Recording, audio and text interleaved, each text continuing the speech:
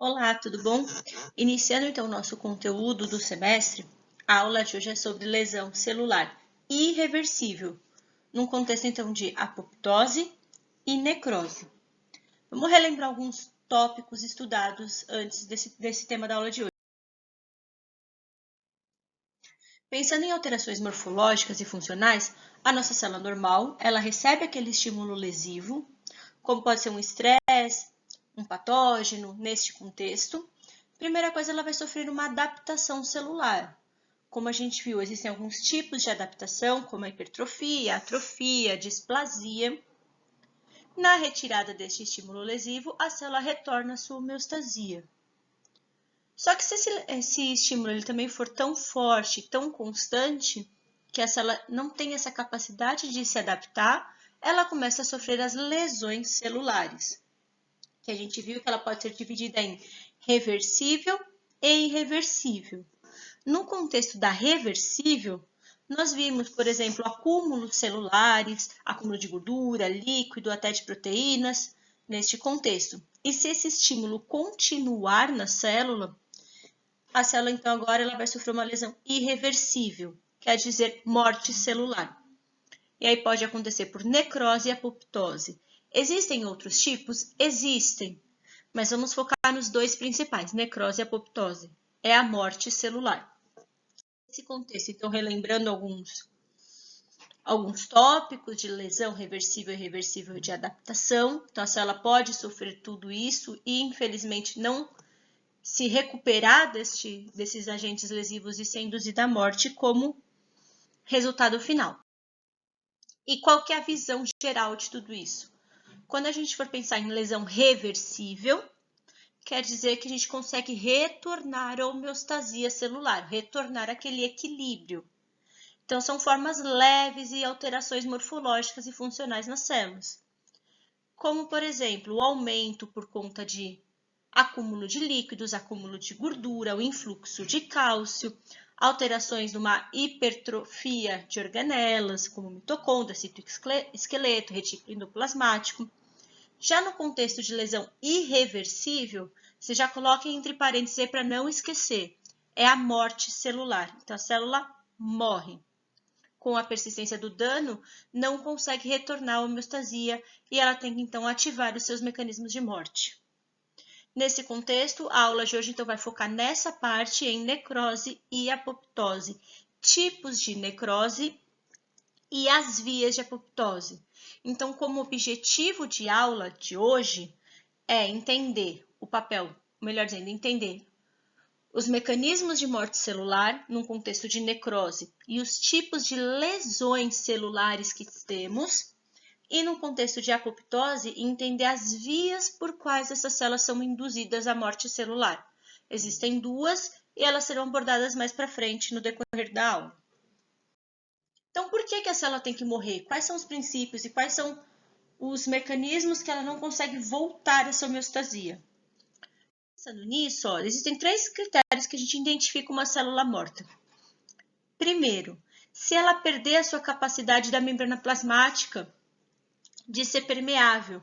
Então, dependendo muitas vezes das lesões celulares, a membrana celular dessa célula sofre lesão e por conta disso não consegue retornar à homeostasia. No caso de apoptose, há o fragmento celular e a liberação desses fragmentos nos chamados corpos apoptóticos. Por fim, essa célula ela vai desencadear um processo de fagocitose. Pode ser, no contexto de necrose, uma morte inflamatória, e aí esses fagócitos vão tentar resolver este problema, ou num contexto não inflamatório, no caso da apoptose, onde esses fagócitos, esses macrófagos e neutrófilos, eles fagocitam esses restos celulares, sem induzir uma inflamação. Então, uma morte mais silenciosa. E aí, pensando nisso, como eu falei anteriormente, existem vários subtipos de células, de morte celular, nós vamos conversar sobre uma acidental, que é o caso da necrose, e uma programada, que é o caso da apoptose. Existem outras vias de morte reguladas, como a piroptose, a necroptose, a autofagia, mas não é o tema da aula de hoje. Então, vamos começar a história, vamos começar a conversa. Inicialmente, eu tenho uma célula normal, uma célula sadia, que através desses estímulos de lesão, ela pode seguir dois caminhos. Uma morte mais patológica, envolvendo a necrose, e uma morte mais fisiológica, envolvendo a apoptose. Então, vamos começar com a necrose. Então, anotem aí. Por definição, quando a gente fala de necrose, ela é uma lesão irreversível, então tem morte celular. Tanto da célula que está sofrendo essa lesão, como das células vizinhas. Por quê? Porque, por exemplo, ela acontece em resposta a muitos tipos de insultos. Então, uma pancada, a célula não estava pronta para morrer. Ela sofreu esse estímulo inesperado e ela morreu. Alguma toxina, queimadura, radiação. Então, assim, algo que resultou num processo patológico, num processo inflamatório. Então, essa célula ela não vai morrer sozinha, ela vai afetar as suas células vizinhas, causando dano ao redor. Então, o caminho que essas células seguem. Eu tenho a minha célula em homeostasia, ela sofreu uma lesão, tentou se adaptar. Não conseguiu. Então, começou a sofrer uma lesão reversível. Não conseguiu, o estímulo continuou constante. Então, ela foi encaminhada para uma lesão irreversível. E aí, no caso da necrose, uma lesão mais patológica e da apoptose, uma lesão mais fisiológica. Outras características para diferenciar necrose. Então, você vai ter uma perda da integridade dessa membrana e todo o seu conteúdo intracelular vai ser liberado para o meio extracelular. E este mecanismo a gente chama de extravasamento dos conteúdos celulares, extravasamento do plasma. Culminando, então, na dissolução dessa célula. Essa célula, então, agora não existe mais, ela espalhou o seu conteúdo e afetou as suas células vizinhas. Nós temos dentro das nossas células enzimas. Então, essas enzimas podem degradar as outras células, causando a morte também das células ao redor. E quais são as características morfológicas da necrose? Então, a palavra necrose vem de necros, que é morte, e osis, um estado alterado de saúde.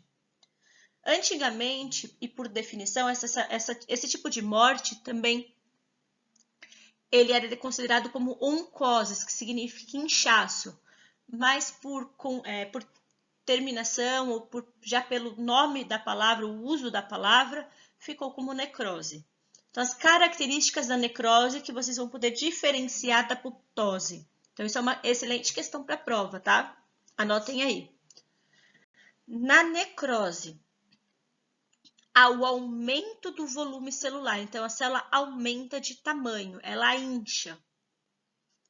Por conta disso, há comprometimento das organelas. Então, comprometimento da produção de energia, da produção de ATP.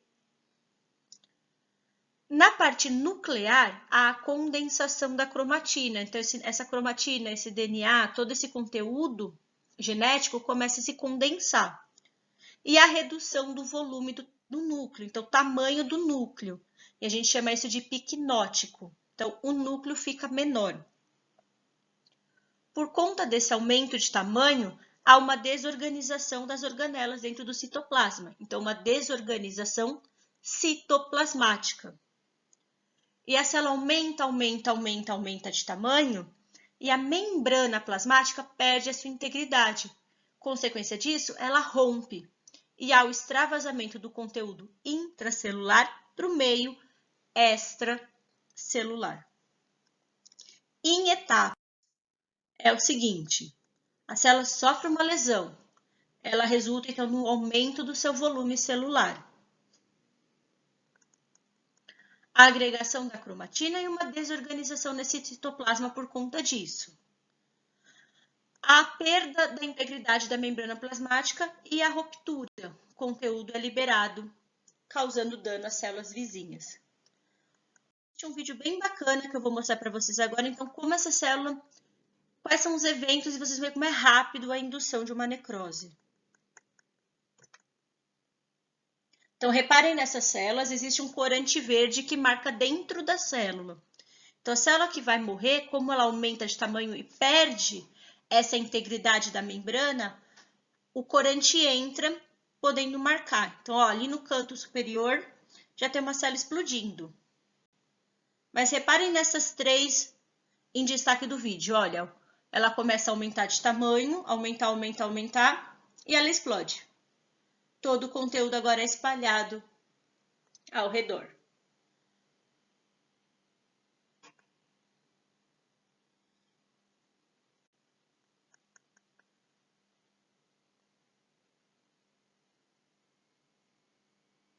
Elas aumentando de tamanho, explodindo. Então, há o extravasamento do conteúdo intracelular nesse contexto.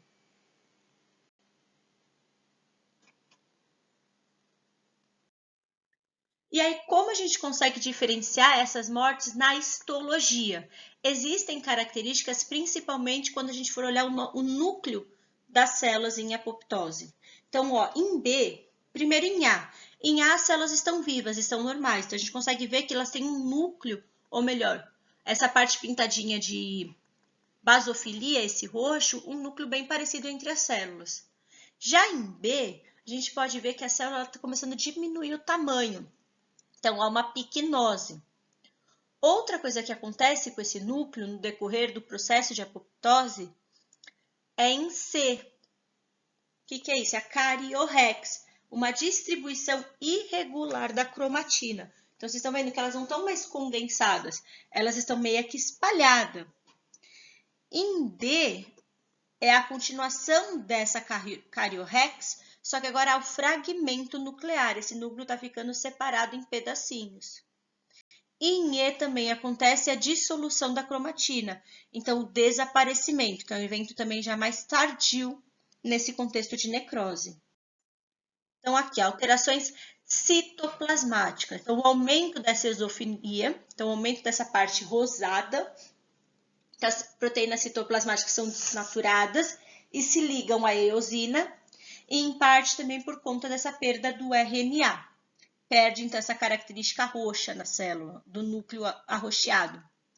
E aí as enzimas já começam a digerir essas organelas e vai perdendo essa coloração na histologia. E isso acontece justamente também com as células ao redor por conta da liberação desses fatores intracelulares. Então, como que acontecem as alterações nucleares agora? O que esse núcleo sofre?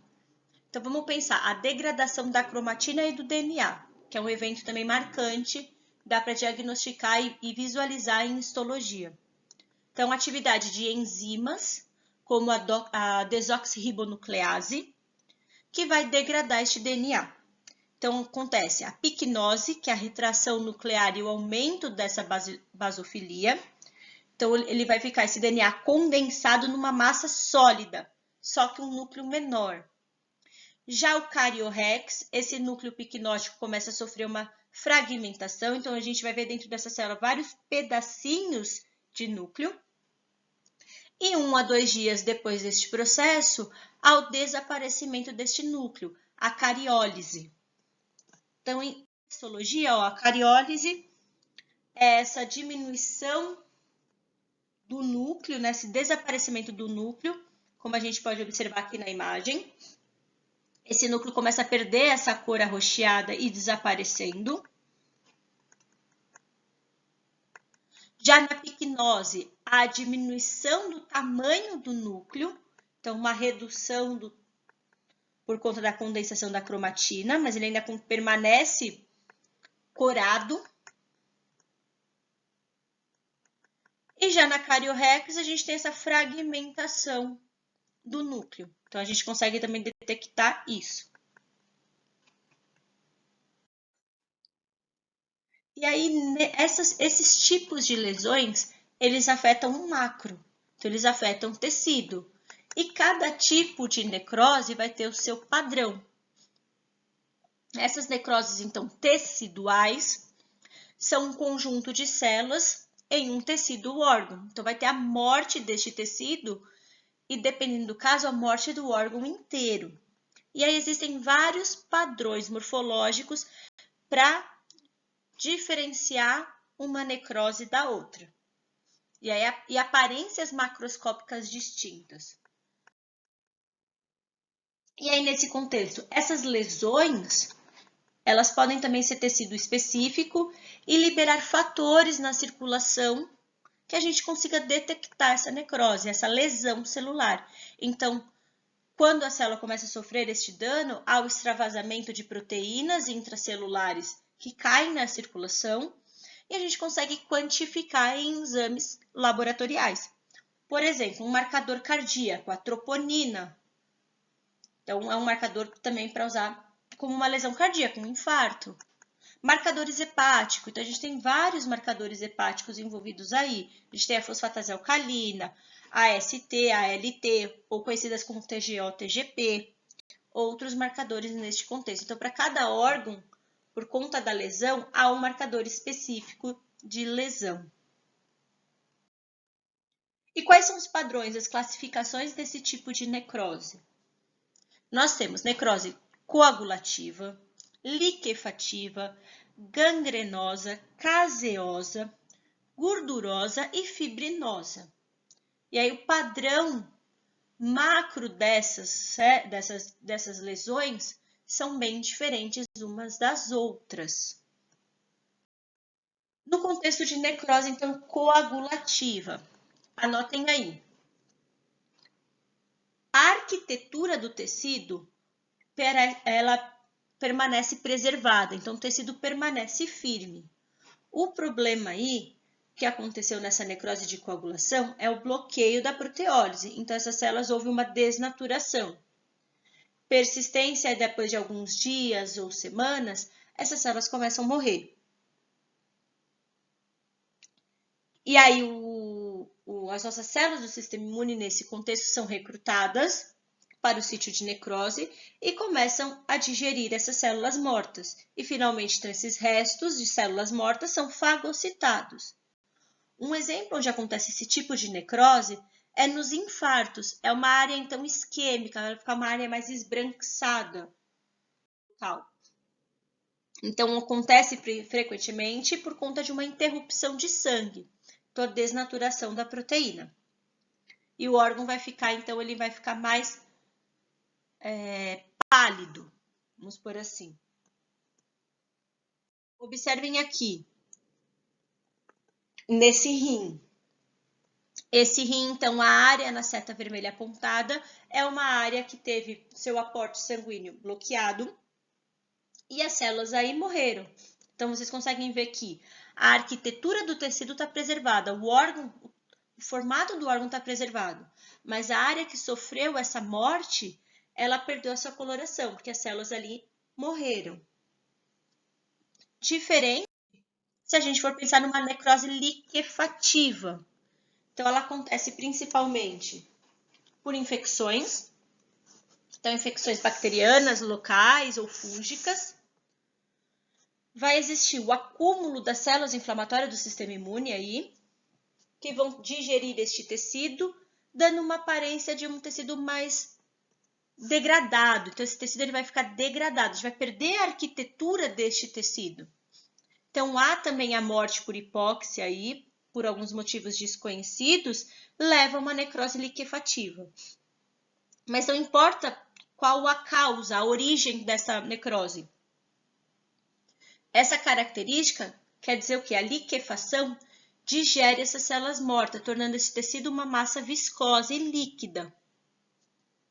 E depois esse tecido é removido por fagocitose e fica o espaço. Se essa morte tiver uma infecção ainda, um material frequentemente encontrado é o pus. Então, alguns exemplos de necrose liquefativa.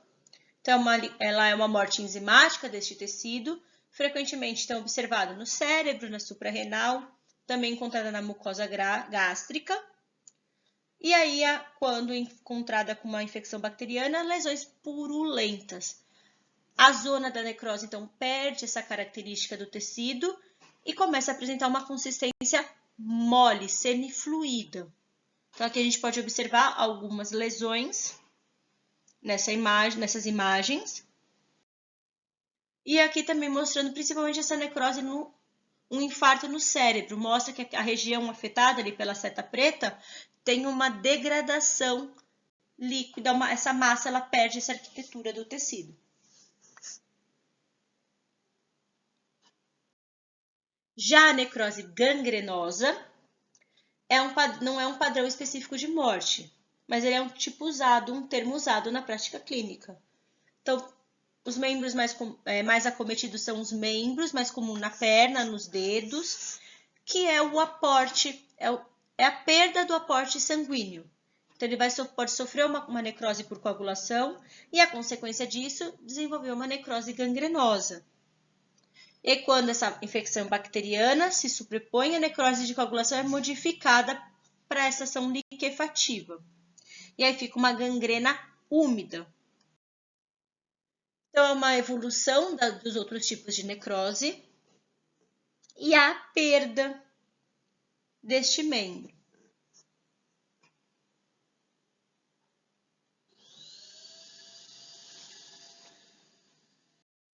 Aqui outros exemplos de necrose, então ela comete principalmente as extremidades e a morte e a perda deste tecido. A caseosa, necrose caseosa, que é um foco de infecção principalmente encontrada na infecção pela tuberculose, a formação do granuloma.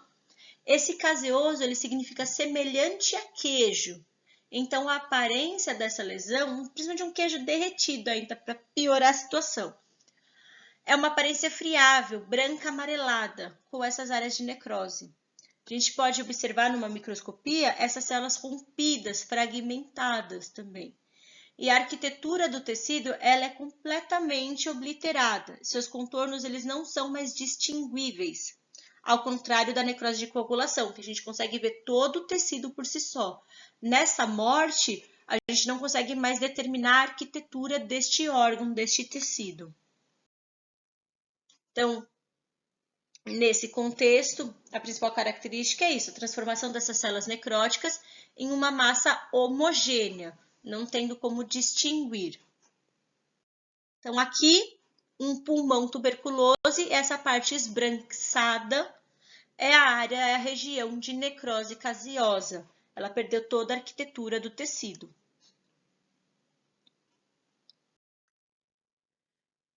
Já a necrose gordurosa, a gente vai ter uma destruição deste tecido, uma destruição gordurosa. Então, por exemplo, numa pancreatite aguda, a liberação de enzimas pancreáticas envolvidas na digestão, como as lipases pancreáticas. Aí, nesse distúrbio, essas enzimas pancreáticas escapam das células do pâncreas ou dos ductos e começam a afetar os órgãos ao redor, principalmente quem está próximo é o peritônio, é a região ali intestinal. Então, essas lipases vão dividir as estruturas do tecido adiposo ali e ocasionar uma morte devido à saponificação da gordura. Em microscopia e histologia, a gente consegue ver os contornos sobreados desse tecido adiposo, então desses adipócitos necróticos, e depósito de cálcio dentro deles. Então, aqui, ó, liberação de enzimas pancreáticas para ter a autodigestão destes tecidos. Então, é sempre associada a uma inflamação aguda e depósito desses cálcios e estiócitos no tecido. Nessas imagens, a gente consegue ver, então, uma morte mais enzimática, mas olhem aqui esse endométrio. Desculpa, endométrio não. Esse mesentério, esse tecido intestinal. Esses pontinhos brancos é a deposição de calcários, que é o foco de necrose gordurosa, formando então essa reação de saponificação e morte deste tecido. E a última classificação que nós temos aqui é a necrose fibrinoide, ela é específica, uma morte é uma forma especial de necrose. Visivelmente a gente não consegue ver, só na microscopia. E ela é muito observada em reações autoimunes, onde há o depósito do que a gente chama de imunocomplexos. Então, o antígeno e o anticorpo, quando eles estão associados, eles se depositam na parede de artérias, de vasos. E essa deposição causa uma inflamação crônica, levando à lesão e à morte deste tecido. Então, é muito comum em doenças autoimunes, principalmente em vasculites e no lúpus eritematoso sistêmico. Então, no quadro vermelho mostra, então, que há o depósito desses complexos, imunocomplexos na parede do vaso, que é o central. Então, fica essa parte mais clara da imagem. E uma característica é ao redor ter um grande infiltrado leucocitário, então um infiltrado de células do sistema imune para tentar eliminar esses imunocomplexos. A consequência disso, uma ativação constante da inflamação e lesão tecidual. Já o que vai diferenciar esse tipo de morte da apoptose são todas as características envolvidas aí, os eventos celulares da apoptose. Esse termo deste tipo de morte, ele veio de 72, que foi cunhado por Kerr e Curry, que significa apo, separação, e pitoses, caindo, falling off. Então, o que eles observaram no microscópio é que a morte por apoptose parecia muito as folhas das árvores caindo no outono. Então, esse nome foi dado de apoptose justamente pela formação desses corpos apoptóticos que iam se desprendendo da célula que ia morrendo, como se fossem as folhas caindo no outono. Lindo, vai, poético. E aí, quais são as características que vocês vão diferenciar a apoptose da necrose? Primeiro, agora a diminuição do tamanho da célula. A fragmentação do DNA. Existe uma proteína na membrana da célula que ela fica na parte intracelular. Quando a célula morre por apoptose, um dos eventos iniciais é a exposição desta proteína. Então, a exposição da fosfatidilcerina. Esse tipo de morte ela é controlada por uma família de proteína, melhor dizendo, controlada por duas famílias de proteínas. Uma que chama família das caspases e o outro grupo de família é a família BCL2. Então, ela ocorre justamente por duas vias. Uma via que nós vamos chamar de via intrínseca ou mitocondrial e via extrínseca ou via por receptor de morte. A membrana, então, por esse conta de apoptose, esses corpos apoptóticos, ela começa a formar prolongamentos, que são esses blebins de membrana.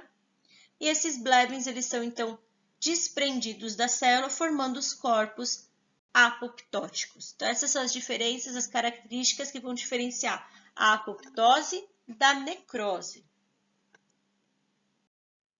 Então, no passo a passo aqui também.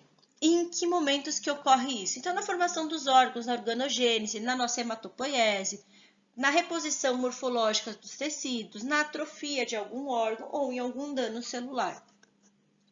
A célula, então, vai reduzir o seu tamanho, sofrer uma retração e, consequentemente, desaderir das suas células vizinhas, perder essa aderência. A cromatina também sofre condensação e se concentra junto da membrana nuclear agora. Então, há condensação da cromatina na membrana nuclear. Essa membrana celular começa a formar prolongamentos, os blebs de membrana, e a degradação, a fragmentação nuclear. Então, o núcleo começa a se desintegrar em fragmentos e esses fragmentos vão ser envoltos por membranas. Esses prolongamentos dessas membranas agora começam a se desprender da célula, formando os corpos apoptóticos, que serão então reconhecidos por fagócitos e fagocitados. Então, é uma morte silenciosa não induzindo o processo inflamatório e não afetando as células vizinhas. Então, um videozinho para mostrar o processo de apoptose. Under the microscope, we can see how cells are destroyed. Então, vocês observaram, elas This aderiu da process célula continues vizinha throughout our lives. e não afetou As nenhuma, cells morreu become damaged or sozinha. just worn out.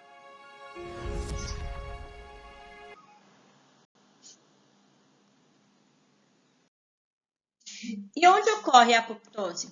Então, ela é um mecanismo celular de morte, um suicídio celular. Então, em alguns momentos, a célula ela é programada para morrer. Ocorre um suicídio. É um processo regulado e fisiológico.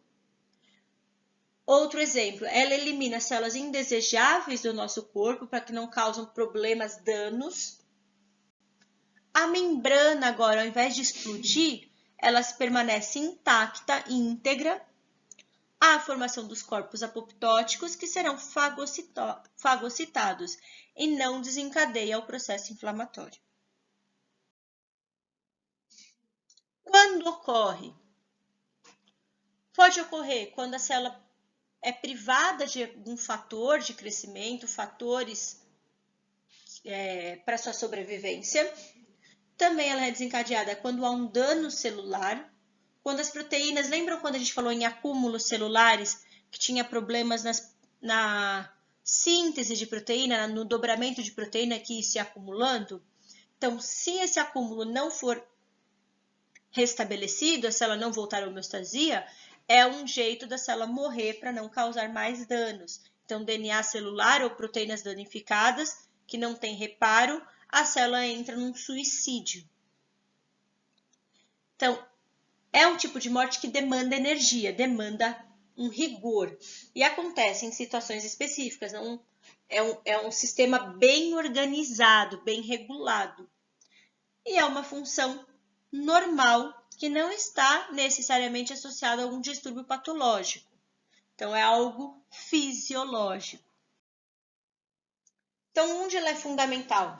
Então, ela é fundamental justamente para controlar o processo de desenvolvimento, na homeostasia, é um mecanismo usado pelas nossas células do sistema imune para conter processos infecciosos, e um balanço que foi feito em 99 através de um artigo. Cerca de 100 mil células são produzidas a cada segundo por mitose, divisão celular, e esse mesmo número morre por apoptose, para manter esse equilíbrio, essa homeostasia entre proliferação e morte celular. Então, onde ocorre? Desenvolvimento embrionário. Se a gente for pensar para formar os nossos dedos, a membrana entre eles, essa membrana interdigital, precisa ser removida. E ela é removida no desenvolvimento embrionário por apoptose, para a formação dos nossos dedos. Na maturação dos linfócitos T, o que isso quer dizer? Os nossos linfócitos T eles são produzidos na medula óssea. Só que lá eles ainda não estão prontos. Eles vão até o timo para sofrer um processo de maturação. Eles precisam saber reconhecer o próprio do não próprio. Os linfócitos que reconhecem o próprio com muita afinidade, se eles saírem ali do timo, eles podem causar doenças autoimunes. Então, ali mesmo, eles já são direcionados à morte celular por apoptose. Estão sofrendo um processo que nós chamamos de tolerância central. Também a renovação dos tecidos celulares de diversas partes do corpo, por exemplo, o epitélio intestinal está em constante renovação, então em constante proliferação. E no caso de uma célula infectada, por exemplo, uma célula infectada por vírus ou uma célula tumoral, nós temos células da resposta imune, alguns linfócitos específicos para reconhecer e matar essa célula, para tentar amenizar ou diminuir o processo de infecção. Então, nas condições fisiológicas, é na metamorfose e na morfogênese. Então, durante os animais, os anfíbios, durante a metamorfose, eles se transformam de larva para um anfíbio adulto, eles têm o desaparecimento da cauda. Na morfogênese, a formação dos nossos dedos. Então, há alterações aí? Durante o desenvolvimento embrionário, se você não tiver uma apoptose correta, os dedos não se separam, causando uma anomalia. Já no adulto, então, a gente tem esse contexto de uma morte celular por conta da reptilização, envolvimento de tecidos, então, dependentes da privação hormonal. Por exemplo, mulheres que estão amamentando têm o crescimento da mama por conta de estímulos hormonais.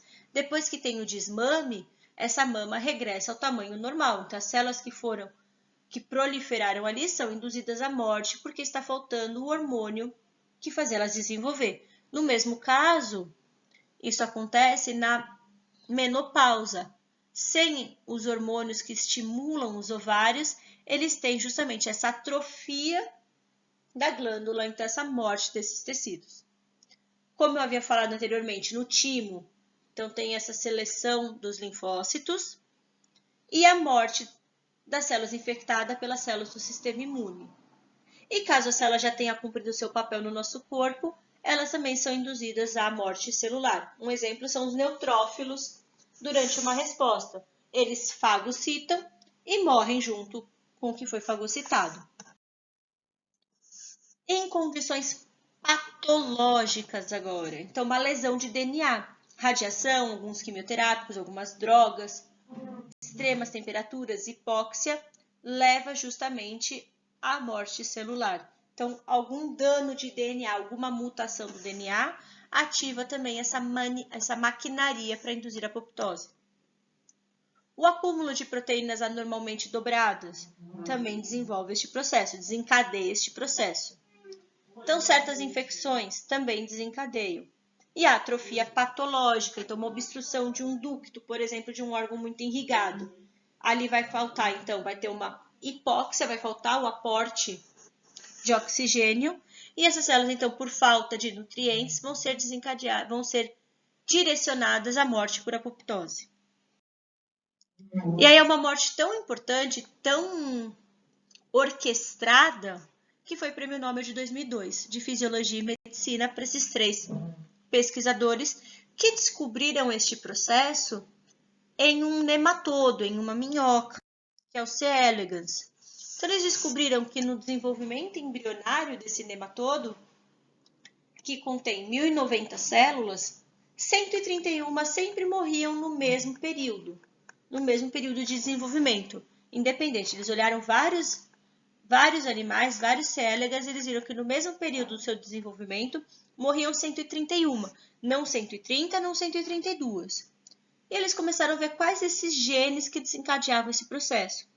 E descobriram que essa via era muito regulada. Então, existiam proteínas que induziam a apoptose, como existiam proteínas que inibiam a apoptose. E quando visto em células humanas, eles viram que essas proteínas também existiam na célula humana. E aí, que proteínas são essas? Então, a gente tem umas proteínas, que é uma família de proteínas denominadas caspases, que são enzimas específicas que vão degradar as proteínas, que são controladas via extrínseca ou via receptor de morte e via intrínseca ou via mitocondrial. E elas são reguladas por um outro grupo de famílias, que são as famílias das proteínas BCL2. As caspases, quando a célula inicia seu programa de apoptose, elas vão tornar-se ativas. Então, elas são encontradas dentro da célula na sua forma inativa, como pró-caspase. Aí, através de eventos proteolíticos, elas vão ser clivadas e ativadas na forma ativa. Então, eu quero que... E existem 3 grupos de proteínas caspases. Umas envolvidas no processo inflamatório e 2 grupos envolvidos no processo de morte celular. O primeiro grupo é denominado caspases iniciadoras. Então, elas vão desencadear o processo de apoptose. Como exemplo, podem anotar aí a caspase 8 e a caspase 9. E um grupo de proteínas que vão, então, ser efetoras no processo, vão desencadear aqueles eventos de fragmentação e os eventos da apoptose. Então, anotem como principal a caspase 3. Então, como iniciadoras, anotem a caspase 8 e a caspase 9. Como efetora, a caspase 3. Já no grupo de famílias pró e antiapoptóticas da família BCL2, elas são classificadas em 3 grupos, mas em 2 grandes grupos. Proteínas que são antiapoptóticas, então que protegem a célula da morte, e proteínas pró-apoptóticas, que induzem a apoptose. Nesse contexto, as antiapoptóticas, existem várias proteínas envolvidas nessa via. Eu quero que vocês lembrem de BCL2 e BCLXL. Já nas proteínas que são pró-apoptóticas, que induzem a apoptose, anotem aí BAX, BAC e BID. São as principais que eu vou trabalhar com vocês durante a aula. E onde elas atuam? Então, vamos pensar. Existe a via intrínseca ou via mitocondrial. E como ela começa? Então, a gente tem um dano de DNA. Esse dano de DNA, ele ativa a sua proteína guardadora do genoma P53. P53 vai avisar BAX, ó, a célula precisa morrer, ou não conseguir reparar esse dano de DNA dela. BAX agora, junto com BAC, fazem poros na mitocôndria e esses poros liberam fatores apoptogênicos, principalmente um fator que chama citocromo C. Citocromo C, junto com a caspase iniciadora dessa via, a procaspase 9 e uma molécula adaptadora, que é a PAF1, vão formar um complexo que vai induzir a apoptose. Então, esse complexo, ele é chamado de apoptossomo. O que esse apoptossomo vai fazer? Ele vai clivar e ativar a caspase 9, que é a caspase iniciadora dessa via. A caspase 9, por sua vez, irá clivar e ativar a procaspase 3, que é a caspase efetora. E nesse contexto, a caspase 3 agora ativa vai induzir a cascata de apoptose, vai induzir os eventos que causam a morte celular. Essa via consegue ser regulada. Então, ela é regulada por proteínas anti-apoptóticas. Um exemplo é BCL2. O que BCL2 vai fazer? BCL2 vai lá e vai bloquear BAX. Não vai deixar que BAX forme poros na membrana. Consequentemente, bloqueia toda a via intrínseca da apoptose. Se passar por isso, se não tiver BCL2 para regular essa via, a mitocôndria, quando libera os fatores apoptogênicos, também libera uma família de proteínas que vão estar bloqueando essas outras proteínas do quadrinho amarelo, que são as IAPs, proteínas inibidoras de apoptose. Se eu não tenho a liberação dos poros da mitocôndria, essas proteínas IAPs não vão deixar que a procaspase 3 seja clivada. Então, vai bloquear a indução da morte celular. Vai manter essa célula viva. São mecanismos que mantêm a célula viva.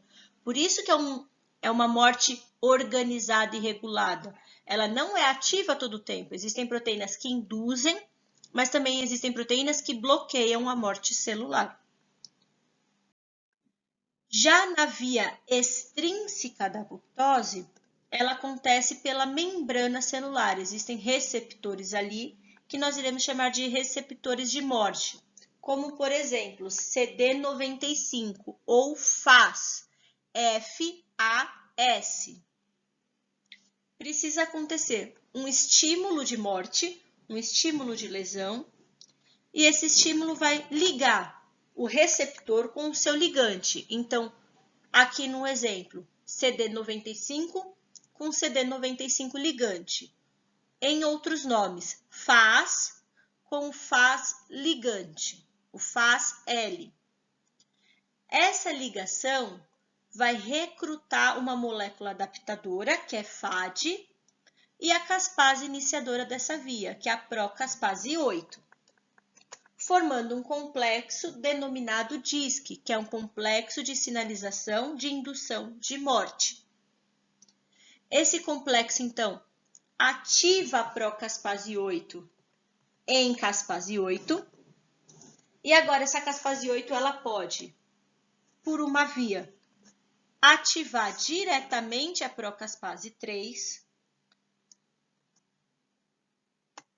em caspase 3 e desencadear os processos de morte celular, ou, se ela tiver numa concentração baixa dentro da célula, ela pode ativar uma outra proteína da família BCL2-BID e clivar BID, deixar ele ativo.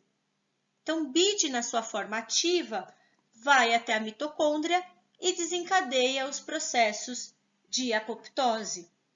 Mas também essa proteína ela pode ser bloqueada através do BCL-XL, uma proteína da família BCL2 anti-apoptótica.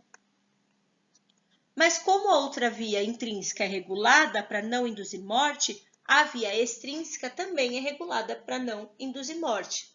A proteína anti-apoptótica que faz isso é a C-FLIP. Então, C-FLIP se liga no lugar da procaspase 8 e bloqueia a indução de morte. E a célula permanece viva. Tá? Então, aqui alguns exemplos. Aqui é um contexto mais simplificado das duas vias para induzir a apoptose.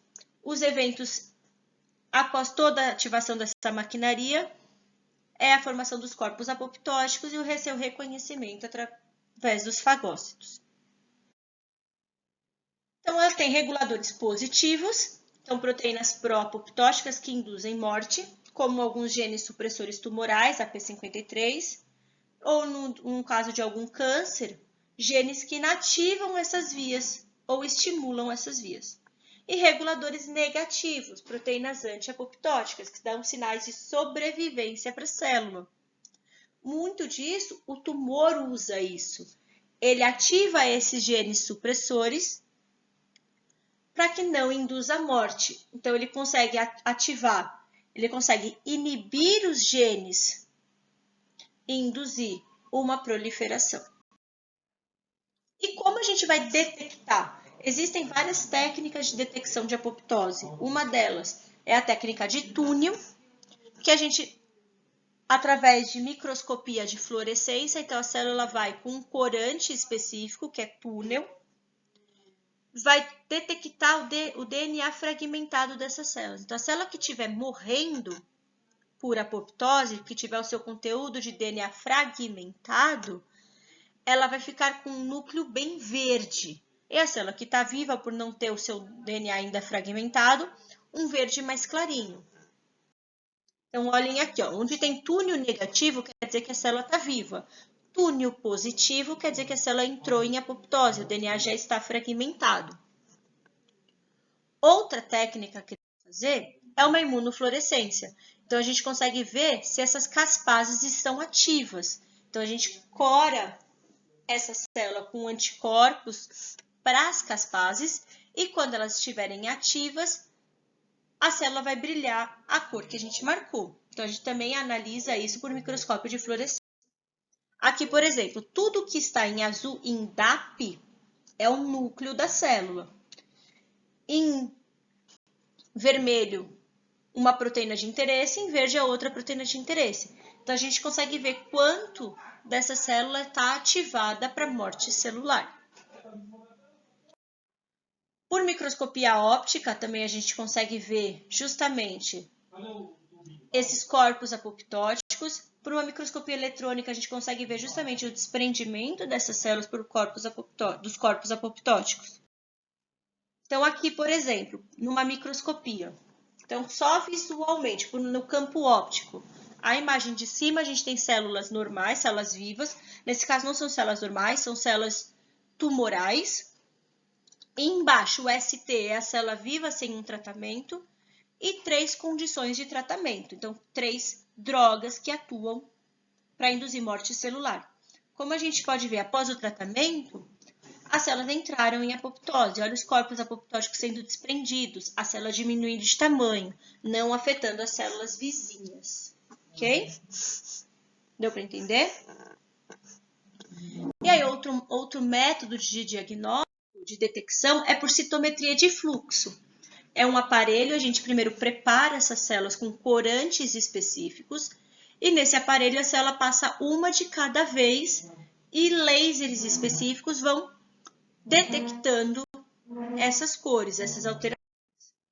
Então, essa é uma técnica muito utilizada na hematologia para diferenciar as leucemias, também no contexto de câncer, para avaliar o DNA, na farmacologia, para ver se os fármacos que são em desenvolvimento, eles estão tendo a sua eficiência, também não só nessa área, mas na parte da fisiologia vegetal e animal, e na imunologia, com fenotipagem dos leucócitos da série branca. Então, a gente consegue também detectar alguns exames imunológicos através da citometria de fluxo, que basicamente passa uma célula marcada, uma célula com corante, lasers de detecções então são direcionados a isso e, caso positivo, a célula vai brilhar para o seu corante. E aí a gente tem assim, ó, por exemplo, a gente marcou com 2 cores uma célula, então 2 anticorpos. Um que vai ser numa cor verde, um numa cor vermelha. Então, FITC quer dizer verde, PE quer dizer vermelho. E aí a gente consegue distinguir 3 populações aí. A gente consegue distinguir a população que está sem marcação nenhuma, então viva, que é em torno de 25% ali no seu quadrante inferior esquerdo. Uma população no quadrante superior esquerdo só positiva para o vermelho. Uma que dá 15%, uma positiva só para verde, para FITC, que está ali no seu canto inferior direito, e uma positiva para as 2 colorações, no seu canto superior direito, que é o duplo positivo. Então, ela tem tanto o corante vermelho quanto o corante verde. É uma técnica muito utilizada para usar para detectar morte celular. Então, por exemplo, aqui, no meu canto, então, inferior esquerdo, eu tenho a minha célula viva, que ela não tem nenhuma marcação. Se a minha célula está sendo induzida por necrose, quer dizer que eu perdi a integridade dessa membrana, ela vai marcar só com um marcador dentro da célula, intracelular. Então, ela vai ser positiva neste contexto. Já a minha célula, se ela está sofrendo um processo de apoptose, ela tem a externalização daquela proteína que eu havia comentado, a fosfatidilcerina. Então, a gente tem um marcador específico para ela que chama anexina. Quando a gente marca, olha aqui, a célula vai estar positiva só para anexina, quer dizer que ela está morrendo por apoptose, o meu quadrante verde. E se eu tenho esse merge das 2 colorações, então se a minha célula apresenta as 2 colorações, ela já pode estar numa apoptose tardia ou também em necrose. Por isso, das outras técnicas para você poder dizer apoptose ou necrose. E ela fica então no meu canto superior direito, positiva para os 2 marcadores. Então, aqui, essa primeira coluna é uma célula ST, sem tratamento. Então, a gente espera mesmo que as células estejam todas sem marcação, estejam vivas. Quando a gente trata com quimioterápico, olha aqui como aumentou a quantidade de célula duplo positiva, que a gente chama, tanto marcando para os 2 corantes. Quer dizer que essa célula foi induzida, então, à morte por apoptose. Tá? Então, o que eu vou deixar de atividade para vocês agora, para a gente desenvolver durante a aula? Pensando na via de apoptose intrínseca e extrínseca, eu selecionei 5 fármacos aqui, 5 indutores ou bloqueadores de apoptose. Então, por exemplo, existe um medicamento que é utilizado na clínica para as leucemias, que é o venetoclax. Ele é um antagonista de BCL2. Então, o que ele quer dizer? Ele bloqueia BCL2. Aí, pensando nisso, eu quero que vocês tracem qual o mecanismo de ação deste medicamento. Se ele bloqueia BCL2, o que acontece na célula? E qual via está sendo inibida? Já o LEHD, ele é um inibidor de caspase 9. Então, em que momento que ele está atuando nessa via? E qual via ele está inibindo? A mesma coisa para o DEVD, que é um inibidor de caspase 3, para o IETD, que é um inibidor de caspase 8. Então, neste contexto, em que momento da via e qual via eles bloqueiam? Já existe uma molécula nova em teste que chama megafaz ligante. Então, ele é um agonista de faz. O que quer dizer? Ele vai estar fazendo a vez do ligante do faz. Então, vai estar ali na parte de receptores. Então, agora a atividade de vocês é justamente isso. Colocar esses inibidores aí na via e dizer qual que é o mecanismo de ação que eles atuam e qual via está sendo inibida. E aí a gente discute isso após o término da atividade.